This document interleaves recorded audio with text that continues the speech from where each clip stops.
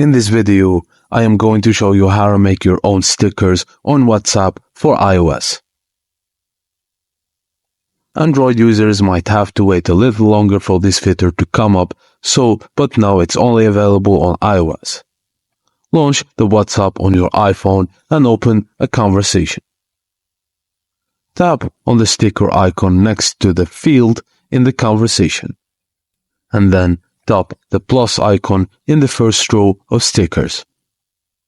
Choose a desired image from your photo library to create a custom sticker. Now, WhatsApp will automatically create a cutout of the main subject in your image. Use the toolbar in the top right corner to make further changes.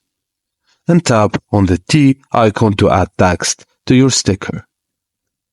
Adjust text color and font using the options provided, and then tap Done when you're satisfied with your text. Optionally, tap the pencil icon to draw over your sticker and customize it further. And when you're done, just tap Done and save your changes. Now you can use your new sticker for texting your friends and family on WhatsApp, iPhone. Thank you for watching, and please don't forget to like and subscribe for more.